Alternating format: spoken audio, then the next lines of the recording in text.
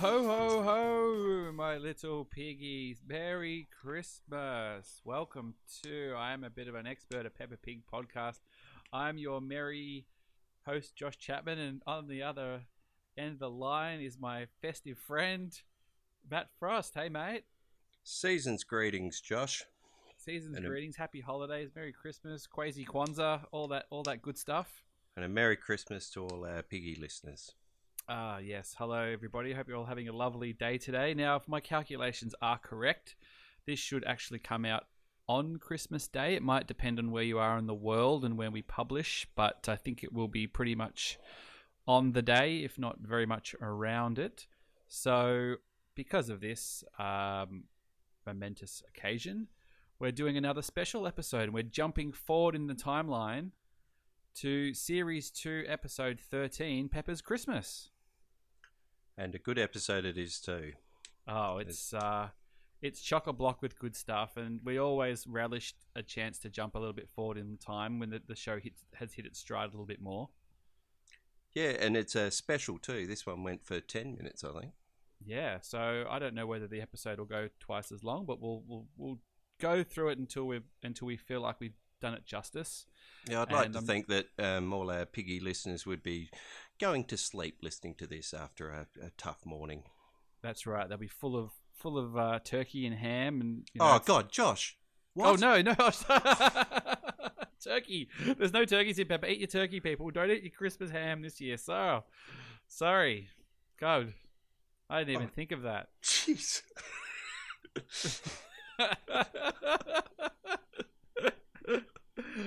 Oh dear. People will think that we planned that, but we definitely did not plan that. Oh dear. Well, look at that. All your Christmas presents are coming at once. So what happens in Peppa's Christmas? The family survives till the end. I can spoil that for you. Nobody gets eaten. All right. I've just got to compose myself. So it's a very traditional Christmas tale for the first half. Peppa and her friends have written their letters to Santa / Father Christmas. It's generally Father Christmas. Father Christmas. So it's Yep. second season of Peppa. I think popular in the UK, global phenomenon has not yet caught on. So I think that's still just very British focused. So Father Christmas, very British way of doing it. But I think in later years that they do go a bit more Santa, or they might even just dub Santa in when where needed. Yeah, it seems like the sort of thing we should know, but we don't yet. We'll get onto it. Are you still family Santa or Father Christmas? No, we're Santa, and it's really Oliver's only really she's kind of been aware of Santa for a while, since she's probably been a bit two and a bit, but she's only really cottoned on to what the deal is this year. That's sort of 3.5, the presents and the reindeers and things. And she got really I was out in the shopping centre with her the other day, and I got her a Boost Juice, which is like it's like a fruit smoothie sort of company thing, and they must have had a cross promotion with the Grinch. They're doing like an animated Grinch that's just come out. And there was a picture of the Grinch on the thing, and she's like, "Who's that monster?" And I'm like, "Oh, that's the Grinch." And she's like, "What's a Grinch?" I'm like, "Oh, well, the Grinch doesn't like Christmas." And then we had to, go home and check whether we actually had the original Grinch, which we did, and then do the story. And now she's like big on the Grinch. She wants to read the Grinch all the time. But our family's got matching Grinch onesies. So yeah, you're right in it. Quite a look, yeah. So, what about growing up? Were you a Father Christmas or Santa? No, still Santa. Yeah, no, the Father Christmas. I mean, it's definitely more Santa in Australia. Father Christmas definitely in Britain. Yeah, we were Father Christmas. Yeah, you were Father Christmas, right? Yeah, definitely. Yeah, and my best mate, his family was German / English, and so they had Father Christmas and whatever Germans. I can't remember. Yeah, another thing I should know. But yeah, no, we were Father Christmas. Oh, interesting. Yeah. So the thing I noticed right off the bat here is that the kids are basically getting their letters to Santa on Christmas Eve. So They've absolutely left it to the last minute to post their letters to Santa. Yeah, it's funny you should say that because you would have grown up in the letter writing era Yes. of writing to Santa, and I was certainly the same. But I got my little Pepper, Soraya. We were saying, oh, you can write Santa a letter and post it, and she came up with, she's 5. She came up with, well, isn't Santa magic and can't he hear everything everybody thinks? Oh, I thought you were going to say, why can't I just send him an email or a text message? Yeah, why do I have to go to the trouble of writing him a letter? Like, come on, Dad, get with the times, man. And normally when she asks things like this, I just stay quiet until my wife answers because I'm like, I'm not going there. But I was stuck. I was on my own, so I said, I think so. I think he knows. So she just proceeded to start yelling in the car in the top of her voice what she wanted for Christmas. Hey, Santa!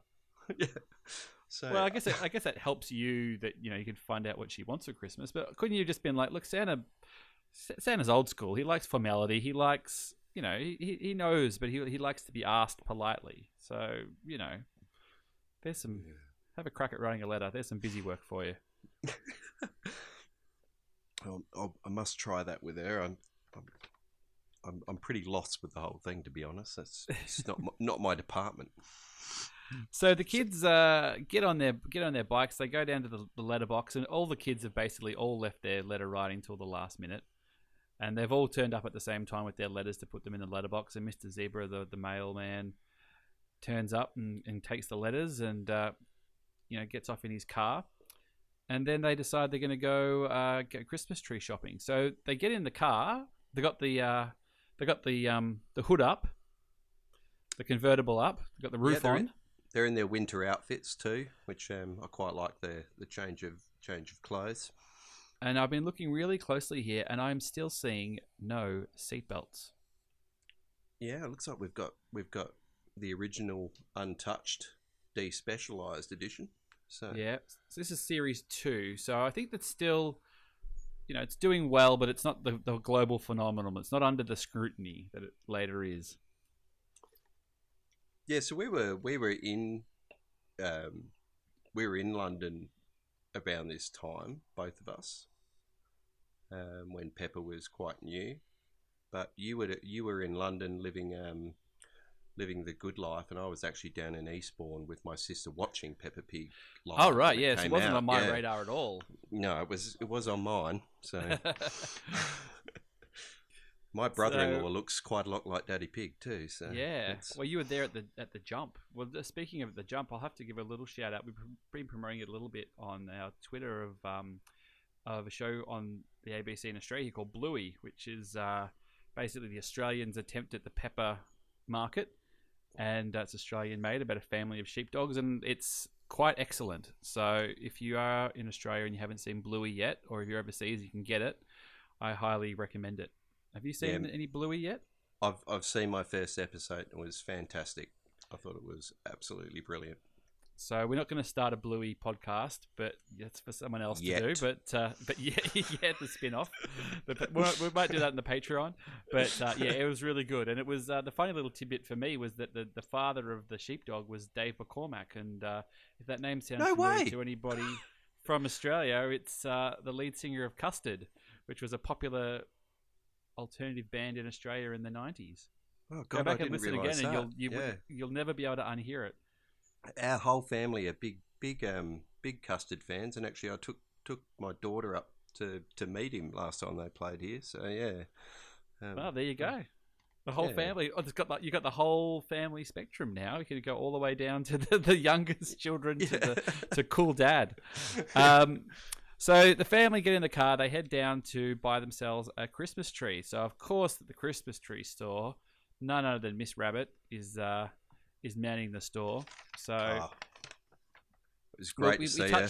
We touch on Miss Rabbit, and we'll deep dive on her when we get to her first proper appearances and things. But basically, there's a whole bunch of different Christmas trees. Daddy Pig wants the biggest possible Christmas tree. It's a little bit of a Griswold kind of moment, isn't it? Really, It's the huge Christmas tree, and then Daddy Pig has to carry it home because it won't fit on the car.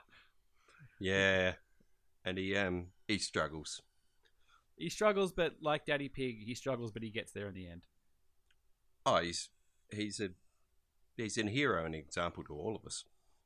That's right. That's right. So he gets there. They manage to get it into the house, and I'm just looking at the when he gets to the house and he leans it up against the front of the house basically, and the top of the tree goes halfway up to the window, halfway up the second story window, and then the next shot they've got it in the house and it's not even touching the roof in the lounge room.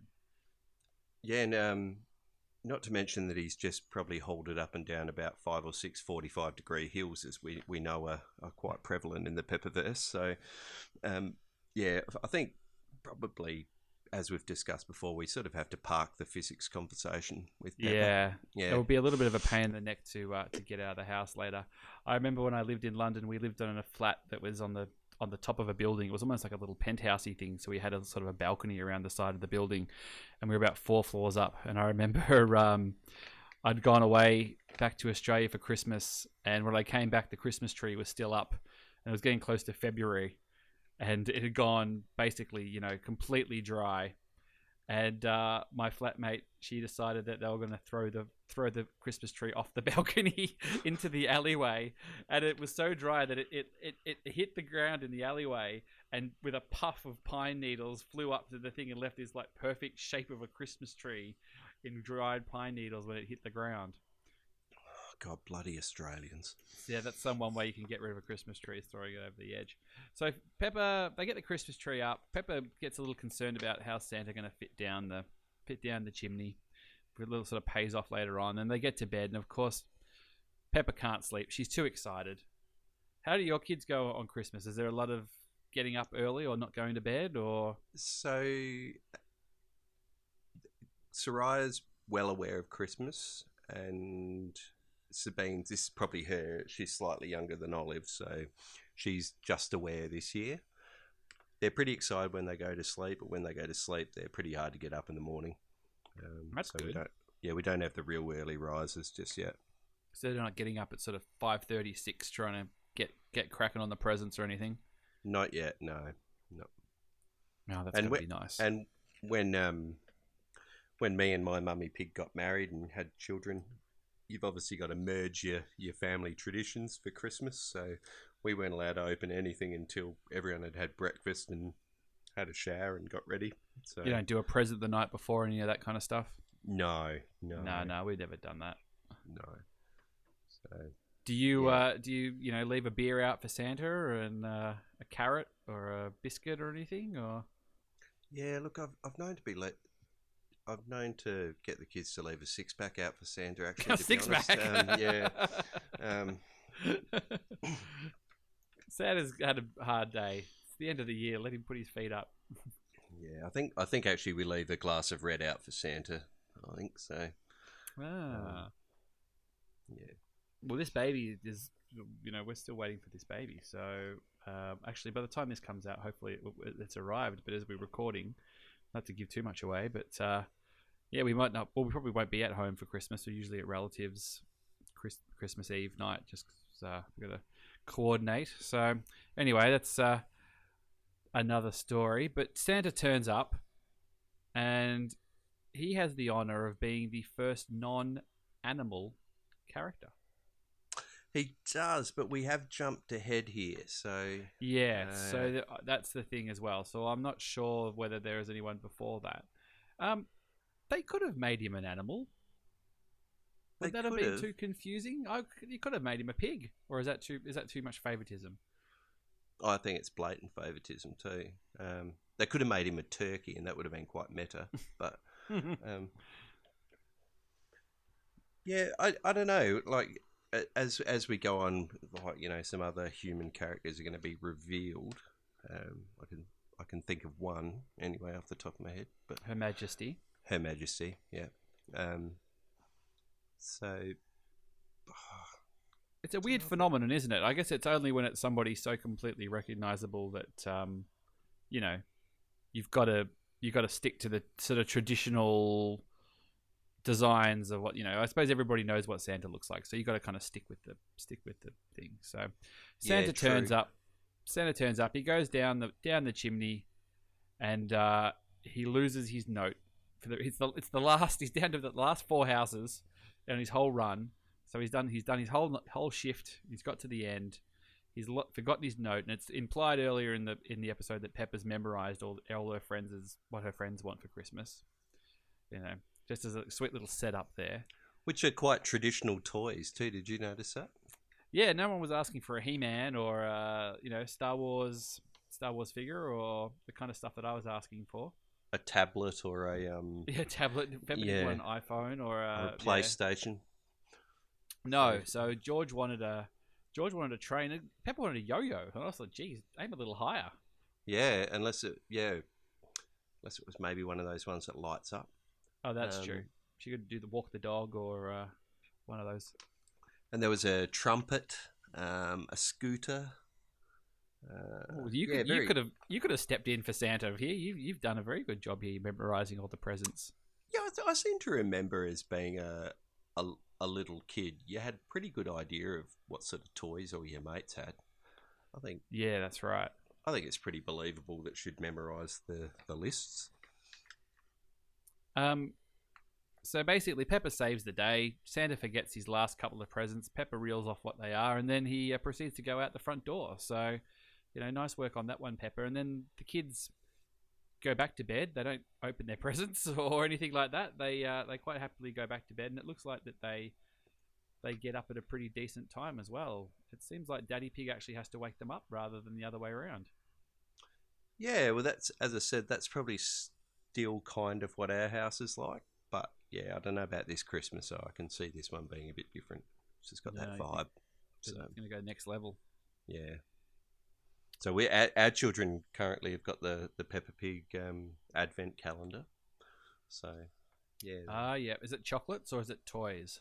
No, it's toys. Yeah. So Beanie's got that. Sarai's got a Lego one, but. Oh God, I've let slip the South Australian pronunciations. I think we've touched on that on the Star Wars pod, but yeah, there you go. You're outing yourself. Your crazy dialects. You're talking about what they call Father Christmas in Germany, and here you are dropping colloquialisms on the pod.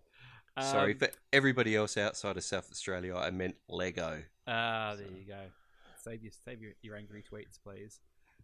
So Peppa gets her yo-yo. George gets his train. They duck out the front. It's snowing.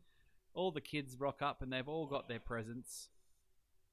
And of course, Peppa says, "Hey, I met Santa, and basically, you've got me to thank for all of your sweet presents turning up on time." Now, something we haven't quite touched on which I noticed, is that I think it's a different Peppa voice. Seemed a little higher, didn't it? Yeah, no, I know that they have rotated Peppa actresses or actors over the years. I'm not sure how many different people are doing it, but at least in the intro, it certainly sounded different. So whether they re-recorded, especially for the Christmas one, and for whatever reason, it's slightly different. But it was noticeably different to the trained ear, which we are. On that, I got the feeling that Santa or Father Christmas's voice was Grandad Pig's, but it was pitch shifted down. I think that was the same voice actor. Oh, and that's credits. I can't recall his name, but he's that very famous voice actor that's about 90. Yep. Well, I could check the. I could just check the credits here, which I've just got here. We always follow up on these things. Oh, that's really unhelpful. Father Christmas as himself. Being trolled by the creators of Peppa. So I reckon you're probably right. I'd say that they don't want to give it away. Yeah. Buggers. All right. Well, you know what? It's Christmas. We're not going to boo-hoo on those. So just to finish off, Grandpa and Grandma Pig turn up. The snow starts hitting. Everyone's having a lovely Christmas. They spot the Santa footprints out the front door, which I don't really think is terribly conclusive proof. But then they do spot the footprints on the roof. So, do Geez, it's hard to convince people of something in the internet age, isn't it, Josh? I think know, that's they fairly just- unequivocal. Danny Dog was screaming fake news there. You know, he wasn't having a bar of it. Yeah, it wasn't brilliant for him that time, was it? No, it was not. So the snow comes down and it all descends into a snowball fight, and then that's where it kind of wraps. So, you know, a good episode, good fun, lots of core characters, a couple of good gags, not bad for Christmas. Yeah, I really liked it. Couple of things, closing thoughts. Miss Rabbit, I know we can't really go into Miss Rabbit in detail just yet, but she had an absolutely banging snow outfit and an awesome hat. With the two little ears, kind of. Yeah, Yep. very nice. The debut, I think, that we've seen of Mr. Bull, who's one of my very faves as well. Yeah, again, it's a tricky one, isn't it? Because we've jumped ahead in time, but certainly the debut for the pod of Mr. Bull. Yep. Yeah, so obviously they're two characters that are going to be part of some of the absolute highlights of Peppa Pig coming up. But apart from that, yeah, it's a very good episode. Worthy of a holiday special. Worthy of an extended episode.